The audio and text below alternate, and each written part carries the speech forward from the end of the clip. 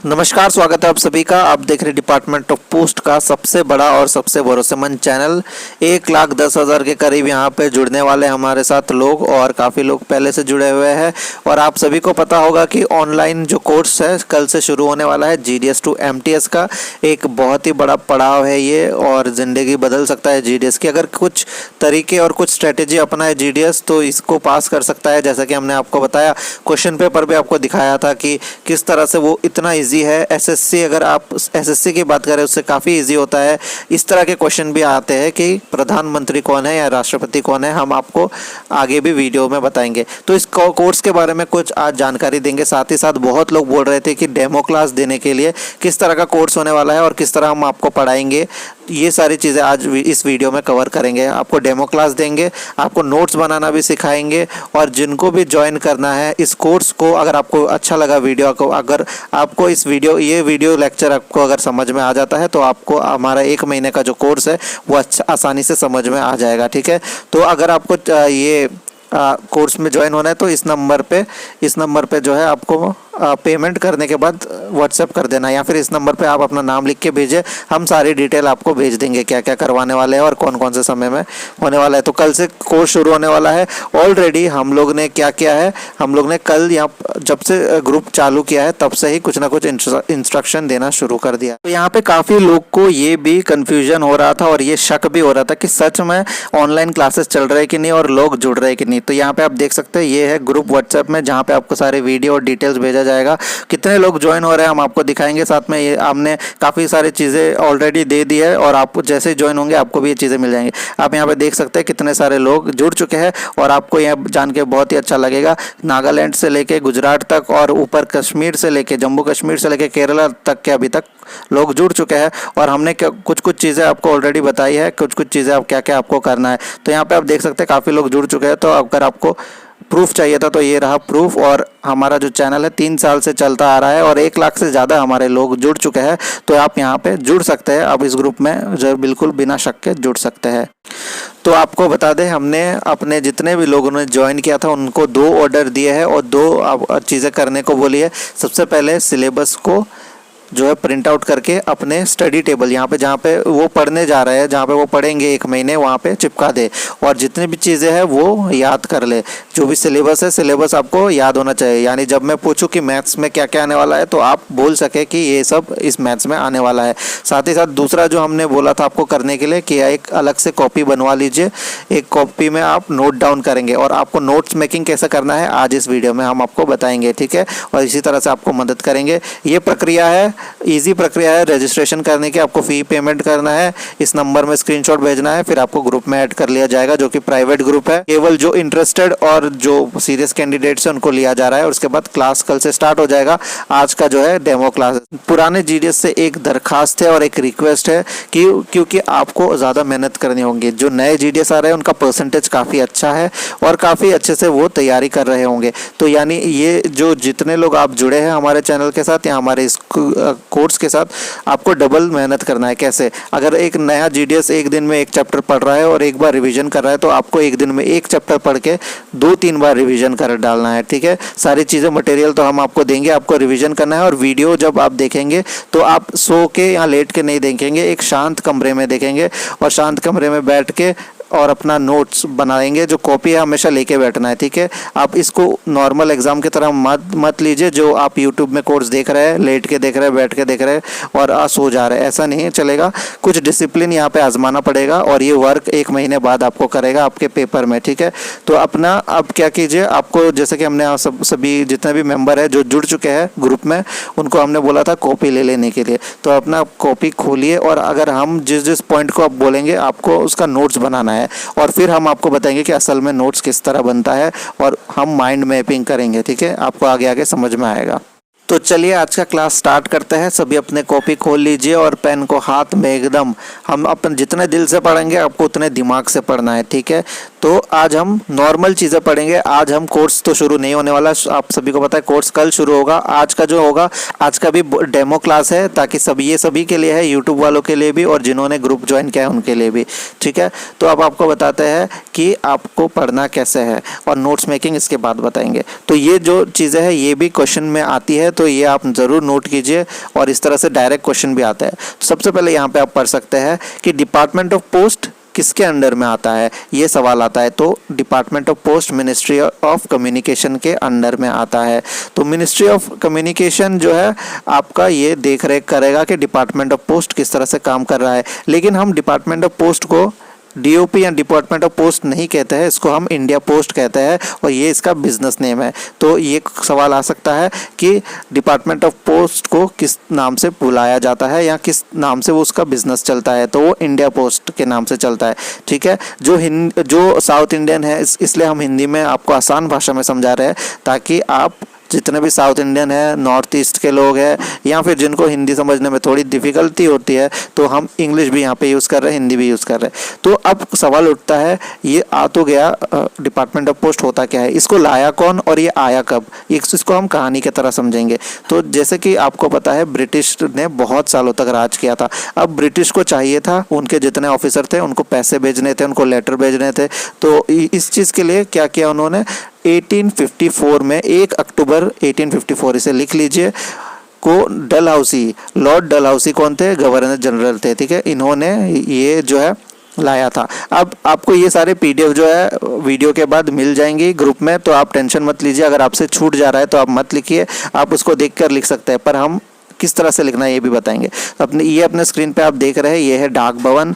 आपने हमारे जो चैनल है इसमें भी इसको बहुत बार देखा होगा, वीडियो में, न्यूज़ में देखा होगा। यहाँ पे ही जाके सारे ग्रामीण डाक सेवक जो हड़ताल करते हैं, और ये कंट्रोल सेंटर है यहाँ पे जितने इंडिया में जितने भी पोस्ट ऑफिस है, ठीक है। तो अब हम कुछ इन्फॉर्मेशन देख लेते हैं और इसको आप नोट डाउन करते रहिए, या फिर अगर आप नहीं भी कर रहे, आज पहला दिन है, मिस हो जा रहा है, तो आप इसको पीडीएफ से कर सकते हैं।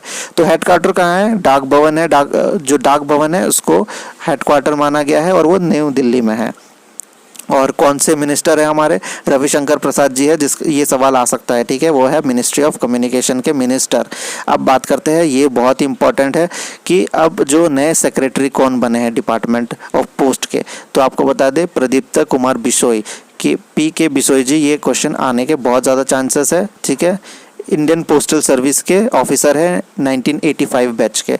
और डायरेक्टर जनरल यानी DG कौन है, श्री सलीम हक जी है, ठीक है। ये कुछ सवाल है जो आ सकते हैं। अब आपको बता दें कि यहाँ पे एक सवाल आ सकता है कि डिपार्टमेंट ऑफ पोस्ट जो काम करता है किस रूल के अकॉर्डिंग करता है, किस नियम के अकॉर्डिंग करता है। तो हर चीज़ का एक्ट बनता है, इसके बाद ही लागू होता है। तो the Indian post office act 1898 के अकॉर्डिंग ये काम करता है। कुछ फंक्शन देख लेते, क्योंकि आप पहले से ही काम कर रहे हैं और आपको कई साल हो गए, तो ये सारी चीज़ें आपको ऑलरेडी पता होंगी, ठीक है। क्या क्या करता है department of post, delivering mail की डिलीवरी करता है, रिमिटिंग मनी यानी पैसों को भेजता है मनी ऑर्डर के थ्रू, एक्सेप्टिंग डिपॉजिट एक्सेप्ट करता है स्मॉल सेविंग स्कीम्स के, और ये सारी चीज़ें हैं। तो आप देख सकते हैं नरेगा का भी पेमेंट करता है, ओल्ड पेंशन, ये सब आप खुद करते हैं, तो ये आपको पढ़ने की तो ज़रूरत है नहीं, एग्जाम में आएगा तो आप डायरेक्ट टिक मार पाएंगे। अब कुछ बात करते हैं कि कितने स्ट्रक्चर कैसा है इस पोस्ट ऑफिस का। तो आपको बता दें 2016 को जो सर्वे हुआ था उसमें निकला 1,55,015 पोस्ट ऑफिसेस इंडिया में काम करती है। तो ये इंडिया में इतनी सारी पोस्ट ऑफिस है, इसलिए वो ये दुनिया की सबसे फैली हुई पोस्टल सर्विस नेटवर्क में से एक है। तो ये सवाल आ सकता है कि विश्व में सबसे ज़्यादा फैली हुई पोस्टल नेटवर्क कौन है, तो इंडिया है। अभी इंडिया के पास कितने पोस्टल सर्कल है, 23 पोस्टल सर्कल है। तो अभी हम स्ट्रक्चर समझेंगे कि किसके अंडर क्या आता है। तो 23 पोस्टल सर्कल हो गए।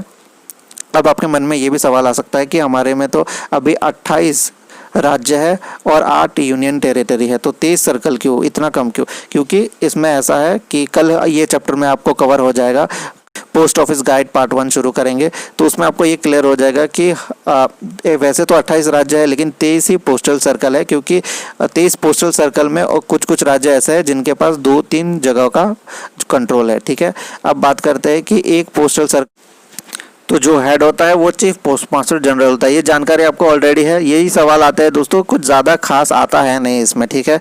तो तो अब बात करते हैं आगे क्या स्ट्रक्चर है।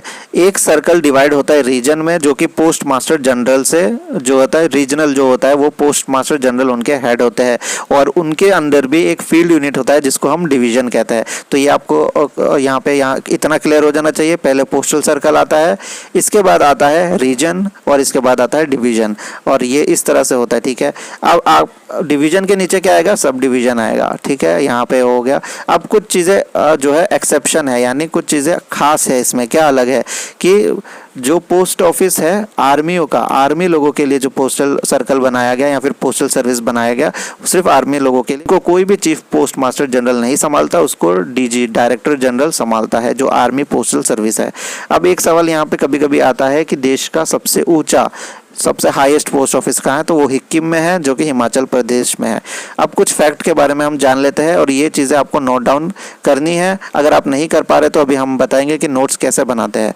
ठीक है, पोस्टल लाइफ इंश्योरेंस कब शुरुआत हुई थी, इसकी ये सवाल आ सकता है। तो 1 फरवरी 1884 में हुई थी।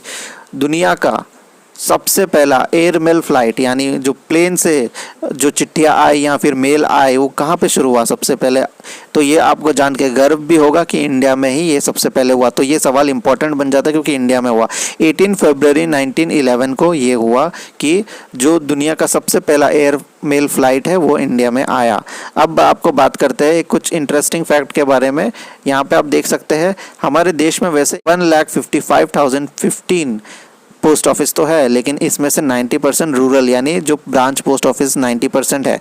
ठीक है, अब एक और फैक्ट यहाँ पे जो इंटरेस्टिंग है और आपको जानना चाहिए इसके बारे में, कि जो फर्स्ट पोस्टेज स्टैम्प था, यानी जो आप स्टैम्प इस्तेमाल करते हैं लेटर में, वो सबसे पहले इंडिया में ही इस्तेमाल हुआ था। वो भी इंडिया के जो डिस्ट्रिक्ट का नाम है शिंदे में ये यूज़ हुआ था, और इसको यूज़ किया था बार्टले फेरेरी ने, जो उस टाइम के चीफ कमिश्नर ऑफ रीजन थे। ठीक है, तो यहाँ ये हुआ था 1852 में। बहुत पुरानी बात है, ये सवाल थोड़ा कठिन है, आने के चांसेस कम है।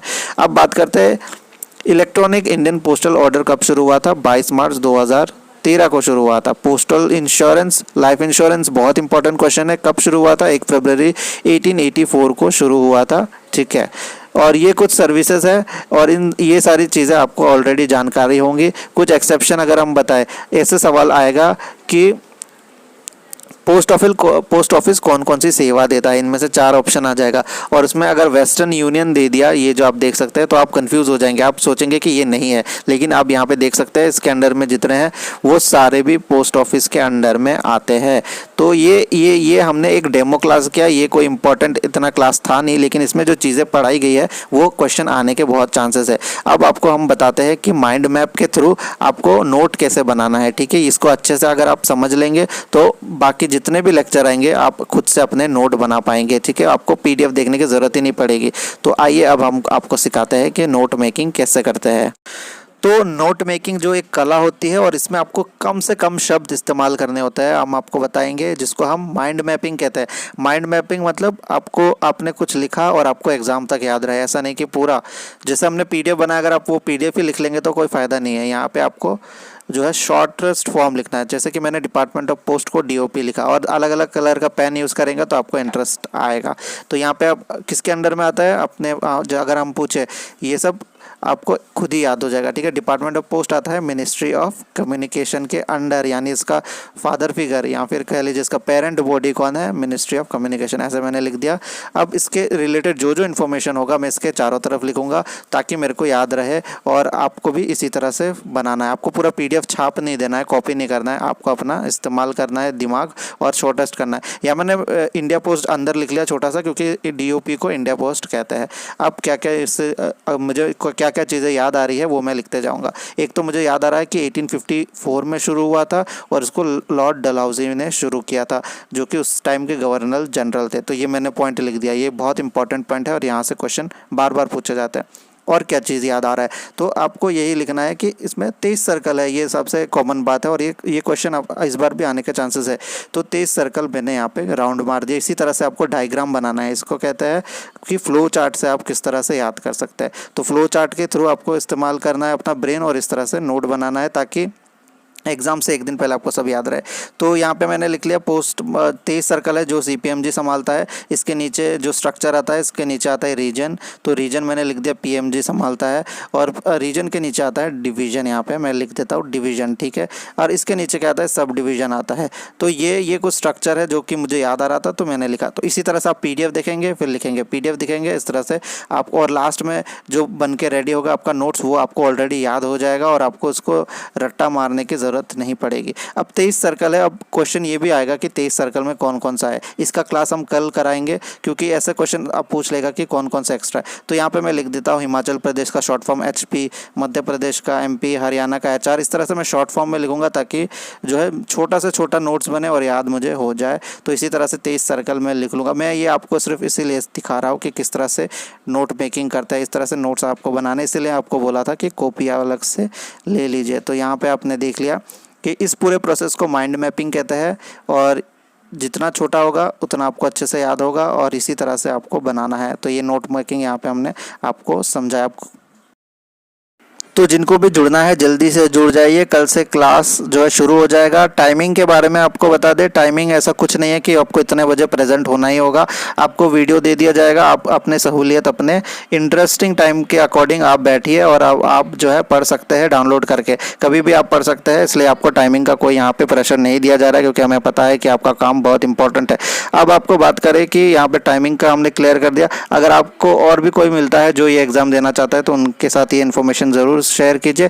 पहला इनिशिएटिव ऐसा होगा कि जिनके साथ इतना अच्छे से प्रिपरेशन होगा और आपको 1 महीने बाद इसका रिजल्ट कहीं ना कहीं मिलेगा अगर आपकी उतनी मेहनत हुई तो इस तरह के अपडेट्स के लिए आप बने रहिए हमारे साथ। चैनल को सब्सक्राइब कर लीजिए। धन्यवाद।